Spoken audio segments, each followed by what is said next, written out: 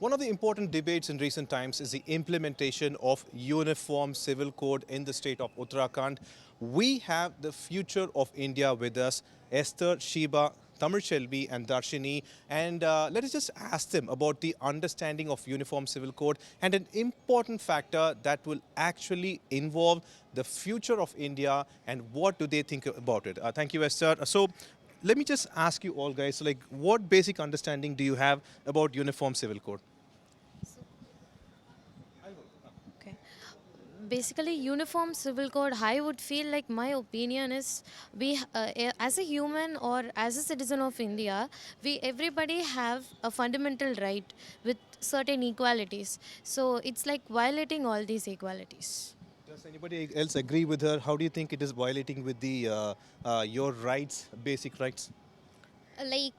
Every individual in our country, we have certain customs. Every religion, they follow a certain rules, and violating it, or passing a bill against it, maybe it is against their beliefs. So you're saying that like uniform civil code is something that actually goes against the practice of a religion or somebody's belief of a religion. Do you agree with that? Yes.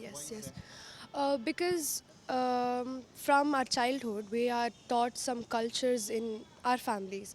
And when you get to know there is a law about it, it's like you are forced to do something. And we'll be confused which to follow. So I think every individual has their own opinion about what they are supposed to follow. Are you saying that a religion is based on belief, but a law that implements is something that actually contradicts somebody's belief, and that might turn into an issue? Is that so? Is that what you mean by that?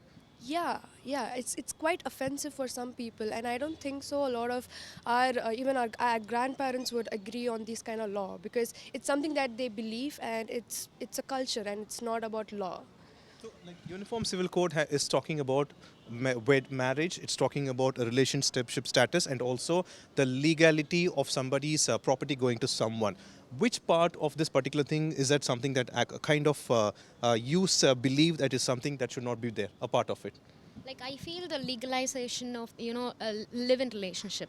So this thing, for me, in my point of view, it's wholly a pointless thing, because two individuals, a male and female, could be in a relationship for a month, and as the law says, after a month it should get legalized. So it's wholly, it's pointless. Right. So, like, uh, are you all in for live-in relationship? There is a kind of like a society, a little bit of taboo over it because it's not something that we openly speak about. So, what is your opinion about live-in relationship in the first of all? Would you like to answer that?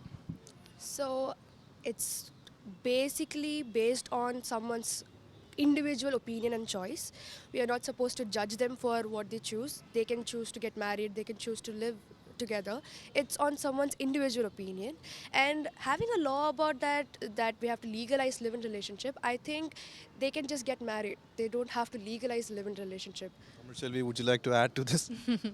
Like, I don't think in a couple or a relationship person they should tell someone and like that they are in love or something. It's their own thing, right? So I don't think you have to just go register that we are in love, we are in relationship. It's not. I don't think it's nice or anything. Why do you think that, I mean, based on your understanding, why do you think such a kind of clause was brought inside the UCC then? Like, I feel now in this generation, it's becoming this live-in relationship is a fashion kind of thing. Everybody in our younger generation has started following it. Maybe that is the reason why this has become a law. But is that a fashion? Live in relationship, is that a fashion? It's not a fashion. It's like it's more Gen Z thing. Like they wanna try living together, and they have to see if they are okay with each other and how they are together as partners. If they are okay with each other living together, they'll get married. If they are Is not, that the, am I giving the right explanation? It is about finding the correct partner before getting it, stepping into wedding, a marriage kind of bond. yeah. Is that it? Yeah, but we are not saying it's a right process or anything. It's their own decision to make. And people have their own decision, they have their own qualities of choosing a partner. So maybe live in relationship might be their choice of selecting a You're partner. saying that live-in relationship could not be the exact solution, but it is a choice of a person that the government cannot interfere. Is that so? Yes, so yes, absolutely. And, and also regarding, I have an opinion regarding the UCC bill passed in Uttarakhand. So it's all like a signature doesn't mean anything. So in a sense, like for example, if they are in a live-in relationship, they are registering, and when they are marrying also they have to register it. So it will be like a kind of two times they are registering, and it doesn't matter that the signature defines everything. Like. The equality or some privacy is being stopped, and like it's not one signature can't define anything. That was another question I was going to put forward. It seems that the government is trying to say it's for the safety of the citizens. Do you think it's for the safety of the citizens, or it is a kind of like interfering with the privacy of the citizens? It's interfering in the privacy of the citizens. You need to elaborate. Like, see, being in a relationship, it's their own thing, right? You're not gonna tell anyone that we are in a relationship and all, and it's their own thing. See, everyone know what they are doing in a relationship. The decision they make, they know. If it's wrong, they have to face the consequences. And you can't go complain to the government that we made this decision by mistake and I need to change it. You can't change it. You need to face the consequences. So I don't think there could be a law. You make the bed, you sleep on it. That kind of.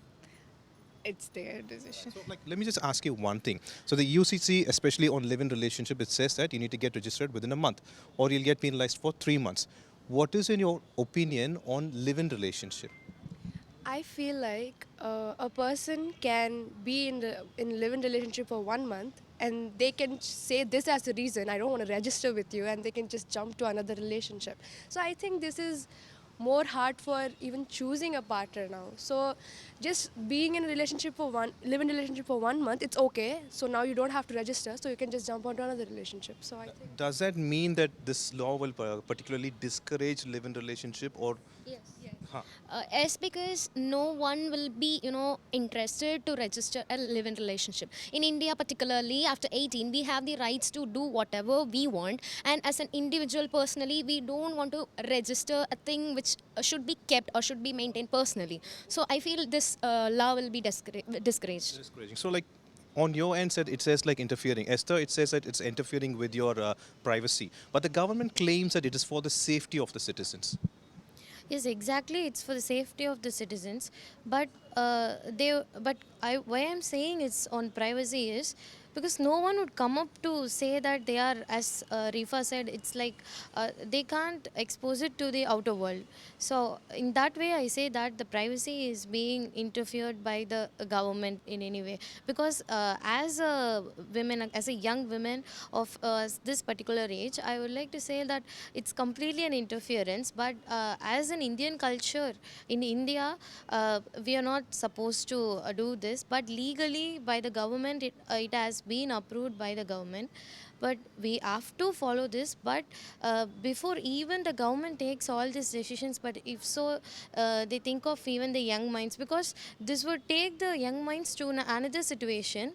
Even after they both separate, and they may also mentally and physically and also emotionally take some wrong decisions which they could not take. It could lead to that way.